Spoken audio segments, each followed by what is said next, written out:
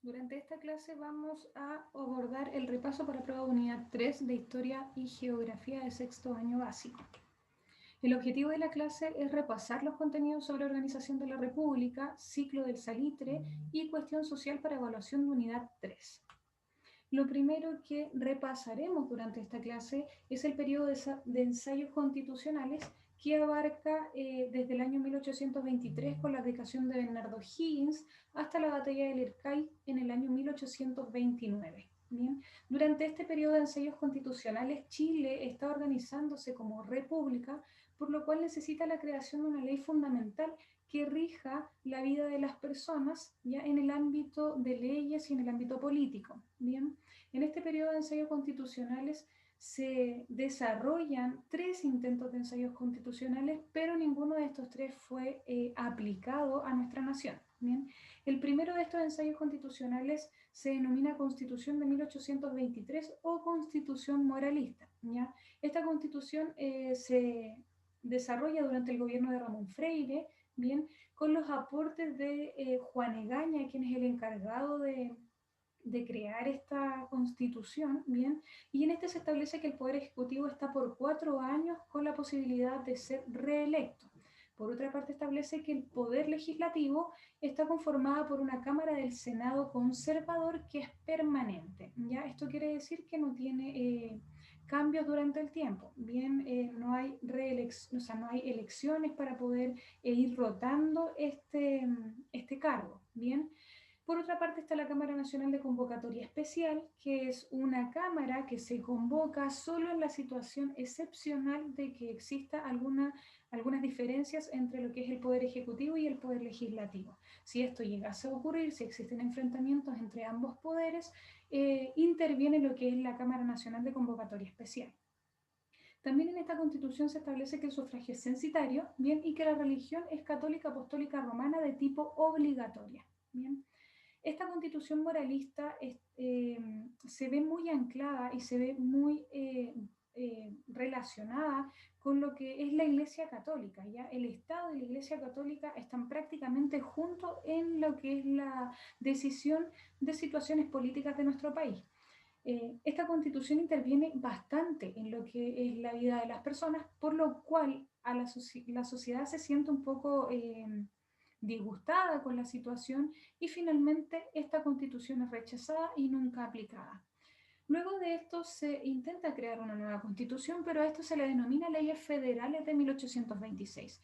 Bueno, durante estas leyes federales el gobierno está a cargo de Francisco Antonio Pinto, bien, y los aportes de estas leyes federales para la creación es por parte de José Miguel Infante. Bien, en esta se establece que el Poder Ejecutivo está por 4 años, pero el presidente de la República tiene menor poder. Bien, a diferencia de lo que era la Constitución moralista, el poder ejecutivo, en el caso de las leyes federales, comienza a disminuir su poder porque aumenta el poder legislativo, ¿ya? Y el poder legislativo se desarrolla a través de asambleas provinciales, ya asambleas de diputados por cada una de las provincias de nuestro país en ese entonces, como la provincia de Aconcagua, Colchagua, Talca, etcétera. Bien, y bueno, el poder recae principalmente en los representantes de estas asambleas constitucionales. ¿Ya?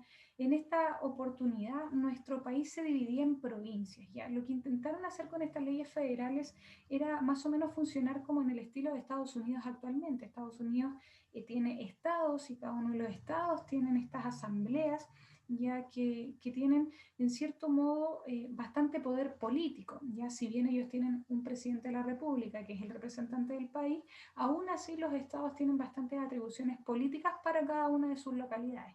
Eso mismo se intentó hacer acá en Chile en el periodo de 1826, dividiendo a nuestro país en provincias, teniendo asambleas provinciales y disminuyendo el poder del Ejecutivo. Ahora, Chile no estaba preparado para poder gobernar de esta manera, se vieron desequilibrados los poderes ejecutivos y legislativos, por lo cual estas leyes federales tampoco fueron aplicadas y fueron rechazadas inmediatamente. A raíz de esto surge una nueva constitución, la denominada Constitución de 1828 o Constitución Liberal. ¿Ya? En esta se establece que el Poder Ejecutivo perdurará por 5 años sin la posibilidad de ser reelecto el presidente de la República. ¿ya? Ahora, este poder ejecutivo, el presidente, era elegido por votación indirecta, ¿ya? ¿Qué quiere decir votación indirecta? Que no hay una votación popular, sino más bien una votación por parte de quienes eran los representantes de las asambleas, ¿ya? Por otra parte, se escogía un vicepresidente, algo que no había ocurrido en los periodos anteriores. Se continúan con las asambleas provinciales. Sin embargo, las asambleas provinciales tenían bastante poder, pero ahora de carácter local, no nacional como sí ocurría durante las leyes federales. Bien, el poder legislativo estaba a cargo de senadores y diputados. El sufragio continuaba siendo censitario, pero además se agregaron las milicias, o sea, los militares también podían votar. Bien, se tolera la libertad religiosa, o sea, sigue siendo la religión oficial la católica apostólica romana. No obstante, existía la posibilidad de practicar otras religiones de manera oculta, ya no de manera pública. Bien, cuando hablamos de un sufragio censitario, ya que en las tres constituciones, en estos tres ensayos constitucionales, se habla sobre sufragio censitario, estamos hablando de un grupo de personas selectas que pueden votar, ¿ya? Y en esto nos referimos principalmente a lo que es hombres mayores de 21 años si eran casados, o hombres mayores de 25 si no eran casados, pero que contaran con algún terreno a su nombre o alguna profesión. Bien, a eso se le denomina un sufragio censitario. En este periodo de constituciones, de ensayos constitucionales, lo que se buscaba era una organización de la República. Si bien ninguno de estos ensayos constitucionales pudo ser aplicado a nuestro territorio nacional, sí hubieron mejoras que permitieron ir en la búsqueda de esa organización de la República ideal. Bien, ¿y qué mejoras se generan en este periodo de ensayos constitucionales? Bueno, lo primero es el respeto a la ley. Las personas empiezan a darse cuenta que existe una ley y que hay que respetarla para poder vivir en paz. Por otra parte están las elecciones periódicas, tanto de diputados, senadores, como también de presidentes de la República, ¿ya? O en ese entonces directores supremos, ¿bien? Y por otra parte la sucesión de gobiernos, ¿ya? En los ensayos constitucionales se empieza a tomar la decisión de que la sucesión de gobiernos debía existir porque no podía haber un gobierno que fuera vitalicio o un gobierno perpetuo, debido a que las sociedades van cambiando, por lo tanto es necesario ir renovando los gobiernos.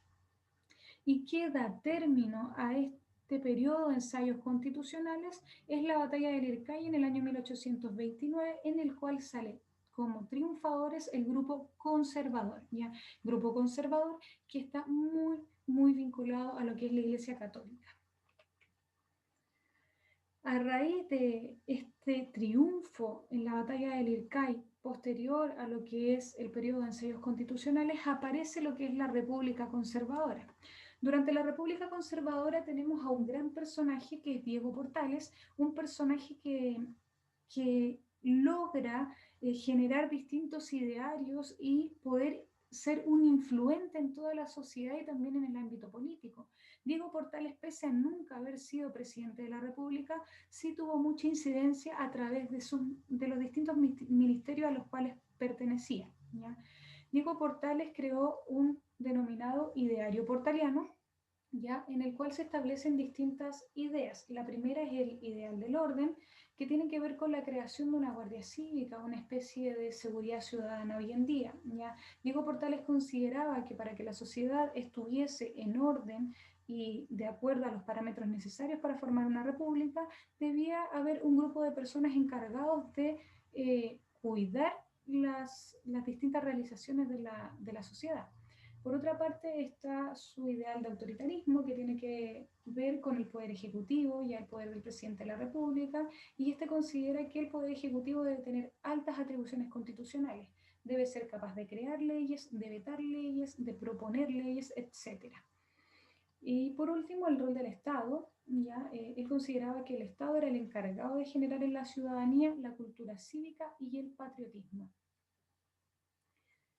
Durante la República Conservadora se suceden tres gobiernos, ¿ya? La República Conservadora también era considerada periodo de los decenios, producto de que cada uno de los gobiernos perduró durante 10 años, ¿ya?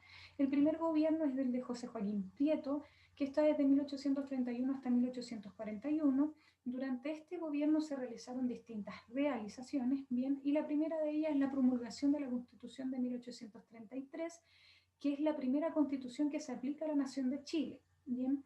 Y lo segundo es que fundó la Escuela de Medicina, un desarrollo bastante importante en el ámbito educativo. Aparecen las reformas económicas a cargo de Manuel Rengifo, ya un personaje que encontró prosperidad en la economía nacional debido a que Chile en ese periodo se encontraba con bastantes deudas en el extranjero, deudas externas y deudas internas que Manuel Rengifo logró equilibrar. Por otra parte están la fundación de la Sociedad Nacional de Agricultura y la declaración de la guerra contra la Confederación Perú-Boliviana, guerra que desencadenó la muerte de Diego Portales y también el triunfo de Chile, lo cual aumenta el sentimiento nacionalista patriota. Luego del gobierno de José Joaquín Prieto aparece el gobierno de Manuel Bulnes, quien está en su cargo desde 1841 hasta 1851. Encabezó la ocupación de Magallanes y Valdivia, fundó la Universidad de Chile y se desarrolló ahí en este mismo periodo el movimiento intelectual de 1842 y comienza el conflicto con Bolivia. Luego de este gobierno aparece el gobierno de Manuel Montt desde el año 1851 hasta el año 1861 y en este gobierno se promulga el Código Civil, un código que está vigente hasta el día de hoy con algunas modificaciones claramente. Aparece también la promulgación de la Ley de Instrucción Primaria, que establece que la educación primaria es obligatoria y gratuita, está a cargo del Estado, y por otra parte aparece la fundación de la Escuela Normal de Preceptoras. ¿Ya? En el gobierno de Manuel Bulnes se había creado la Escuela Normal de Preceptores de varones, o sea, estaban formando varones que iban a ser profesores, y ya en el gobierno de Manuel Montt aparece la Escuela Normal de Preceptoras, o sea, formadora de mujeres como educadoras. Y también se promulga la Ley de Sociedades Anónimas y Bancos. ¿Qué es lo que establece la Constitución de 1833, primera carta o ley fundamental de nuestro territorio? Bueno, lo primero establece un tipo de Estado. Dice que Chile es una república unitaria con un gobierno elegido por votación. ¿Qué quiere decir unitaria? Una república única, ¿ya? Y que el presidente de la república o cualquier tipo de cargo en realidad es escogido por votación, por la votación de las personas. ¿Quiénes podían votar en esta constitución? Bueno, esta constitución establece que pueden votar chilenos mayores de 21 años si son casados y mayores de 25 si son solteros. Ahora, deben cumplir el requisito de saber leer y escribir y que tengan propiedades o una profesión. Hoy en día esto es bastante diferente. Chile ya no exige que sea mayor de 21 años, sino que solamente tiene que ser mayor de 18 años y puede ya votar o ser partícipe de las elecciones. Por otra parte, en la Constitución de 1833 se establece el rol de la Iglesia, ¿ya? La religión católica era la oficial, excluyendo el ejercicio público de cualquier otro tipo de religión. Se puede practicar, sí, pero no de manera pública. Y el presidente tenía la facultad de nombrar a obispos o párrocos. Y por último establece las características de un poder ejecutivo. Dice que el presidente administra el Estado y es el jefe supremo de la nación, puede remover autoridades políticas y militares, está encargado del orden público interior y la seguridad exterior del Estado y participa de la creación de leyes, además de dirigir las Fuerzas Armadas.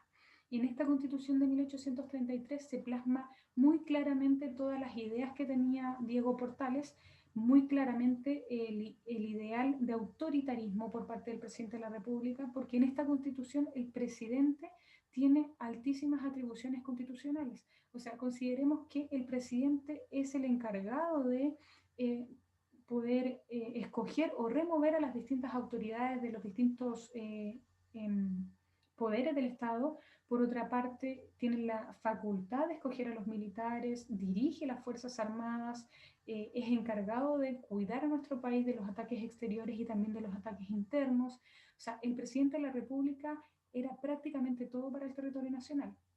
Hoy en día es distinto. El presidente de la República es el jefe de Estado, es el representante de nuestro país, pero no es el encargado de las Fuerzas Armadas. Para eso tenemos a otra persona. Así que, bueno, la Constitución de 1833 lo que plasma directamente son todas las ideas de Diego Portales. También les mencioné sobre la guerra contra la Confederación Perú-Boliviana, ya un conflicto que se generó en el norte de nuestro territorio. En este entonces, Perú y Bolivia estaban aliados, ya tenían una confederación, como bien se denomina, y Chile los enfrenta. Ahora en este conflicto, Diego Portales trata de intervenir, siendo fusilado en uno de los encuentros, y esto provoca en la sociedad una serie de sensaciones de nacionalismo y patriotismo, por lo cual se van en contra de esta confederación Perú-Boliviana de Andrés de Santa Cruz, bien, y terminan venciendo a la Confederación Perú-Boliviana. Chile entra triunfalmente a nuestro territorio y genera una especie de nacionalismo y patriotismo bastante importante. Luego de la República Conservadora y las distintas situaciones que se generaron, conflictos y guerras civiles en el periodo, aparece lo que es una república liberal. ¿Ya? En esta república liberal hay una sucesión de gobiernos también, y esta sucesión de gobiernos es de 5 gobiernos distintos. ¿Ya? Aparecen grandes personajes que dejaron unas realizaciones importantes en nuestro territorio. El primero de los gobernadores liberales es José Joaquín Pérez, quien declara la guerra contra España en ese periodo, promociona la ley de libertad de culto, que quiere decir que las personas pueden profesar cualquier tipo de religión. Está la firma del primer tratado de límites con Bolivia por el territorio del norte, y está la prohibición de las relaciones de las reelecciones inmediatas del presidente. ¿Ya? Luego de este gobierno está Federico Errázuriz Sañartu. Ya este personaje tiene un conflicto interno con la Iglesia Católica en torno a la libertad de enseñanza. Ya Federico Errázuriz Sañartu considera que la enseñanza en las escuelas tiene que ser completamente libre y no estar vinculada a los deseos de la Iglesia Católica. Aparece también la ley electoral y la promulgación del Código Legal. Luego de este gobierno está el gobierno de Aníbal Pinto Garmendia, en el cual está el establecimiento y la prohibición del papel moneda por el metálico para mantener reservas en caso de cualquier tipo de crisis. Está el inicio de la Guerra del Pacífico, guerra que nos va a generar la incorporación de un territorio muy importante, pero al mismo tiempo el ceder una parte de nuestro territorio también, que pudo habernos generado varias riquezas. Está el conflicto con la Iglesia Católica por la candidatura de Francisco de Paula Taforó al arzobispado de Santiago, y está la negociación de límites con Argentina para que Chile no se vea afectado en el caso de la Guerra del Pacífico. Luego de este gobierno le sucede Domingo Santa María González, quien firma el Tratado General de Límites con Argentina para tener a Argentina como un aliado. Está la aprobación de las leyes laicas, el cementerio, matrimonio y registro civil, ya el cementerio en el cual se puede enterrar a cualquier tipo de persona perteneciente a cualquier religión, cosa que antes no ocurría. Los que pertenecían a otra religión que no fuese la católica apostólica romana eran enterrados en fosas comunes. Bien, está el matrimonio a cargo del registro civil, y el mismo registro civil que es el encargado de incorporar los nacimientos o defunciones de las distintas personas que forman parte del territorio. Esta es la ocupación definitiva de la Araucanía, bien, y el fin de la Guerra del Pacífico. Ya se firma un pacto de tregua con Bolivia posterior al Tratado de Límites con este país. Y por último está el gobierno de José Manuel Balmaceda, ya, en el cual se crea las provincias de Mayeco y Cautín. Está la toma de posesión de la isla de Pascua, o de la isla de Rapa Nui, ya algo que era muy importante de poder tener como territorio administrativo. Está la creación del Ministerio de Obras Públicas para las mejoras de las calles, del alumbrado, de las infraestructuras, etc. Está la fundación del Instituto Pedagógico y la creación del viaducto sobre el río Mayeco. Ahora, en este periodo existe una guerra civil importantísima entre lo que es el gobierno y también el poder ejecutivo y también el poder legislativo. Durante la Guerra del Pacífico, un fenómeno muy importante para nuestro territorio, las causas eran el interés por controlar la exportación del salitre. Ya el salitre en este periodo se encontraba a cargo principalmente de la nación peruana y boliviana, ya producto de que los territorios del norte, donde ellos se ubicaban, era donde más se podía extraer el salitre. Chile estaba en descontento y quería tener ese territorio, producto de que Bolivia no había respetado algunos acuerdos de intereses, ¿ya? Por lo tanto, Chile enfrenta obviamente a la República de Bolivia. Está también las diferencias limítrofes con Bolivia y, como bien mencioné, las violaciones de los acuerdos que habían establecido. Luego, las consecuencias de esta gran guerra ya fueron territoriales, porque Chile pudo incorporar los territorios del norte, bien, los territorios que aquí podemos apreciar, pero al mismo tiempo tiene que ceder todo este territorio a la Argentina. ¿Por qué? Porque si Chile no le cedía este territorio a Argentina, Argentina podía unirse a Perú y Bolivia, y eso haría que Chile no tuviese la cantidad de militares suficientes para poder enfrentar a estas tres grandes naciones. Por lo tanto, Chile firma un tratado de límites con Argentina, le entrega la Patagonia a Argentina, y así Argentina se iba a mantener tranquilo y separado de lo que era la guerra del Pacífico entre Perú y Bolivia y Chile, ¿ya? Y otra de las consecuencias es la exportación a otros países de Europa, ¿ya? Chile, al incorporar estos dos territorios, comienza con un auge del salitre, lo que le permite exportar este salitre a Europa y generar un gran desarrollo económico y progreso nacional. Posteriormente, bueno, aparece lo que es el desarrollo educativo en el siglo XIX. El desarrollo educativo en este periodo fue fundamental, ¿ya? ¿Por qué? Porque durante los gobiernos tanto conservadores como liberales hubieron distintos cambios, ¿ya? Los conservadores, en el gobierno de los conservadores está la creación de la Universidad de Chile en 1842, acompañado de este movimiento intelectual que genera un movimiento social importante. Está la creación de la Escuela Normal de Preceptores, la creación de la Escuela de Artes y Oficios, la actual Universidad de Santiago de Chile, la creación de la Escuela Normal de Preceptoras. Por otra parte, durante el gobierno liberal está la promulgación de la instrucción primaria, ¿ya? El decreto que autoriza a las mujeres a estudiar en las universidades, y ahí aparece también Eloísa Díaz y Ernestina como dos mujeres muy importantes para la educación nacional y para la educación femenina de la época y de más adelante. Está la promulgación de la Ley de Instrucción Primaria y Secundaria y Superior y la creación del Instituto Pedagógico. Todos estos cambios para la educación nacional son fundamentales porque empieza a haber un progreso intelectual y un progreso social. Empiezan a haber personas más cultas, y esto al mismo tiempo iba a mejorar la economía de nuestro territorio. Durante la creación de la educación primaria obligatoria aparece la división del sistema educativo. Por una parte encontramos la instrucción primaria de carácter elemental y masivo, ¿ya? Esto quiere decir que la educación primaria era obligatoria para todas las personas y era gratuita para todas las personas, ¿bien? Y por otra parte está la instrucción secundaria y superior de carácter selectivo y orientada a las élites, ¿ya? Que sea de carácter selectivo ya significa que va solamente para un grupo social determinado que pueda acceder a este tipo de educación. ¿Y qué ocurre durante el desarrollo de la ley de instrucción primaria? Bueno, estuvo mediada por debates ideológicos sobre los alcances del Estado docente. Ya hubieron dos momentos. El primero, que era la etapa fundadora del sistema de instrucción primaria, a cargo de, o donde participaban en realidad Domingo Faustino Sarmiento, los hermanos Gregorio Víctor y Miguel Luis Amunategui, ¿ya? Y por otra parte está una segunda etapa donde aparece una nueva generación educacionista basada en la experiencia europea de estos personajes.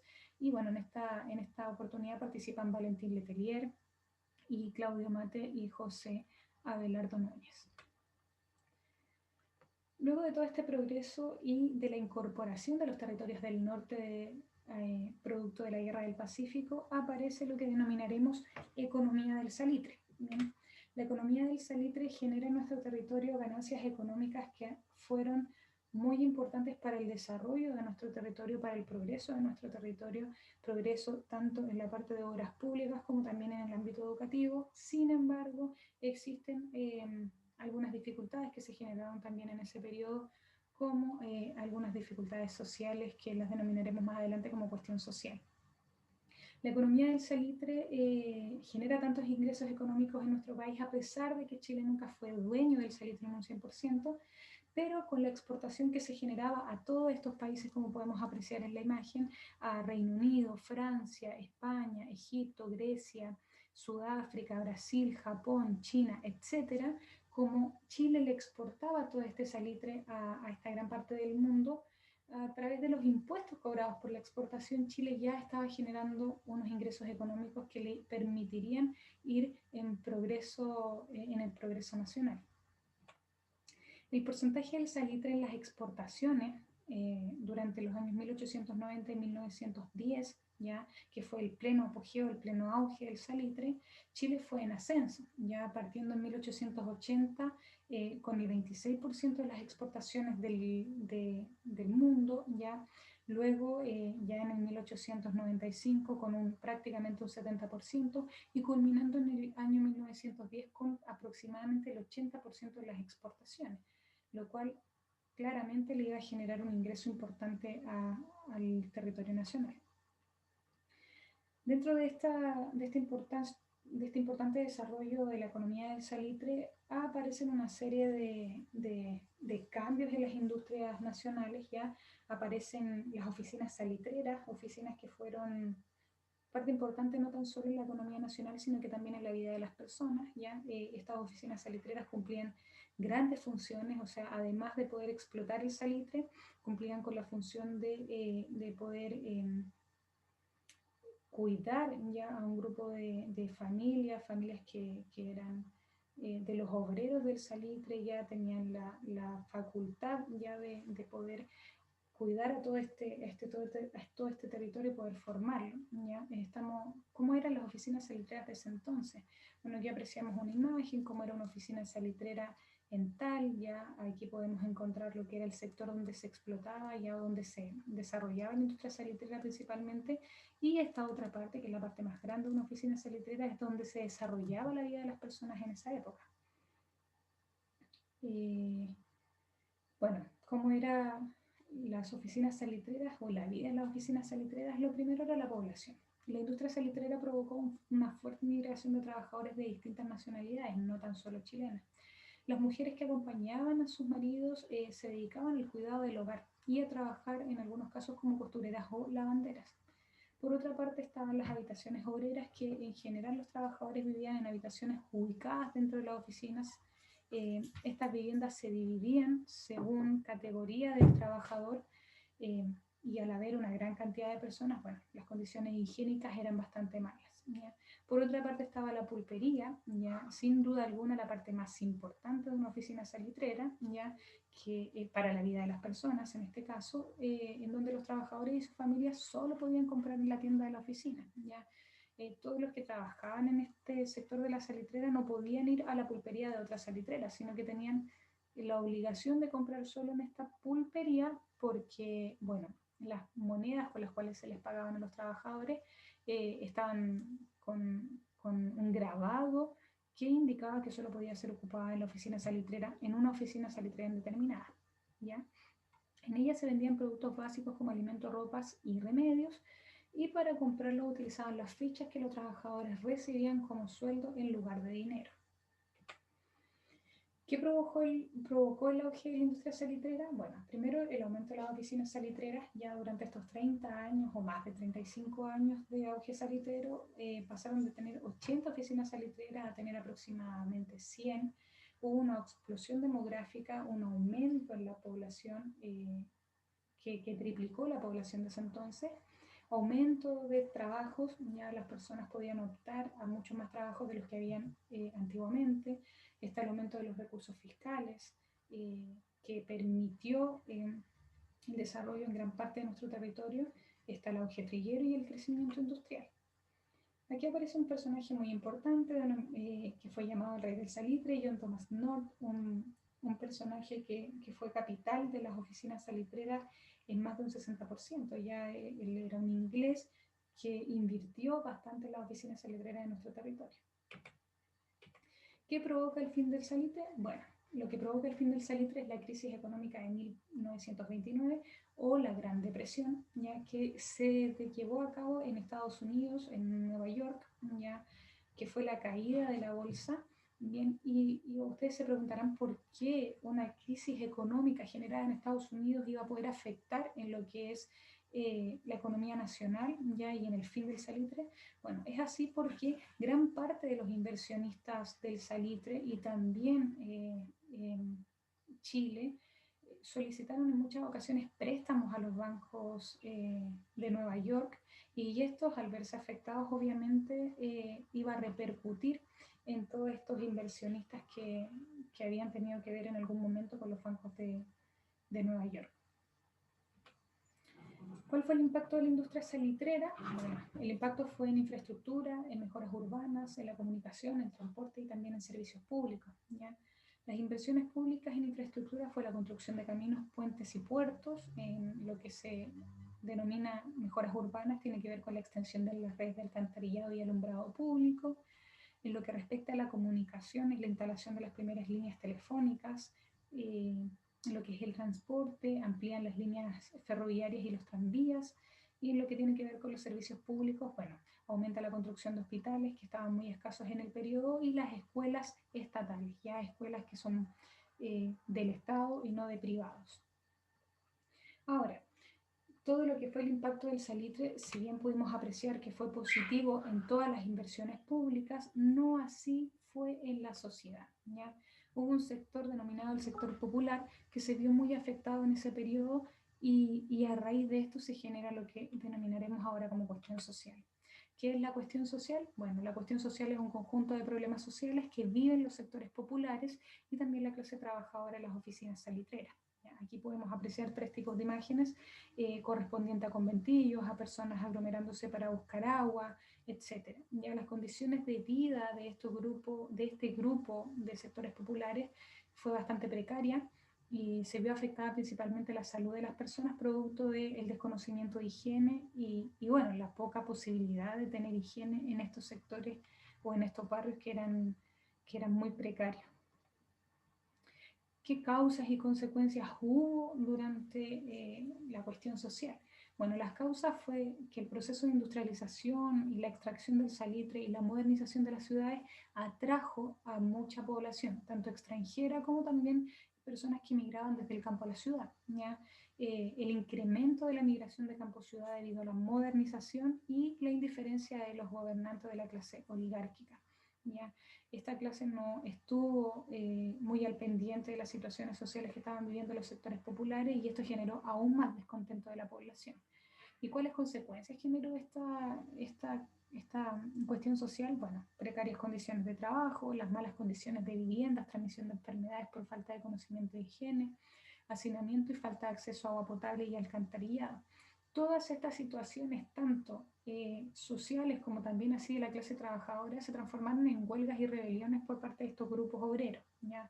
La insalubridad, los bajos salarios, la mortalidad, el pago en fichas en las salitreras, la ausencia de los derechos laborales, el alcoholismo y la prostitución y los problemas habitacionales fueron aspectos fundamentales para desarrollar estas huelgas y para que las clases trabajadoras se movieran con el objetivo de poder mejorar sus condiciones laborales y también así la condición de sus familias, que eran las pertenecientes a las clases populares, ¿ya? A raíz de la cuestión social nacen organizaciones políticas como el anarquista, el Partido Democrático, el Partido Obrero Socialista y el Partido Comunista. 4 partidos que tienen en común la búsqueda de las mejoras sociales y también de las mejoras laborales de los trabajadores salitreros. También nacen, por otra parte, organizaciones obreras y luchas populares. Ya está la Mutual, que busca las mejoras de salud en el caso de los trabajadores. Está la Sociedad de Resistencia, las cooperativas, las mancomunales, la FOCH, ¿ya? Que son sin duda algunas organizaciones que buscan la mejora de la sociedad en general y principalmente de las clases trabajadoras. A raíz de esta cuestión social se desarrollan las primeras leyes sociales y laborales para poder mejorar este panorama nacional. Entonces aparece el Consejo Superior de Higiene Pública, las mejoras de las habitaciones obreras, el descanso dominical para la clase trabajadora, la ley de la silla para poder sentarse dentro de toda esta jornada laboral, las salacunas que ayudan al cuidado de los hijos de aquellas mujeres que eran costureras o lavanderas, y aparece también un contrato de trabajo que rige lo que los trabajadores deben realizar y lo que el empleador le debe al trabajador, y también un seguro obrero para el cuidado en el caso de cualquier accidente laboral.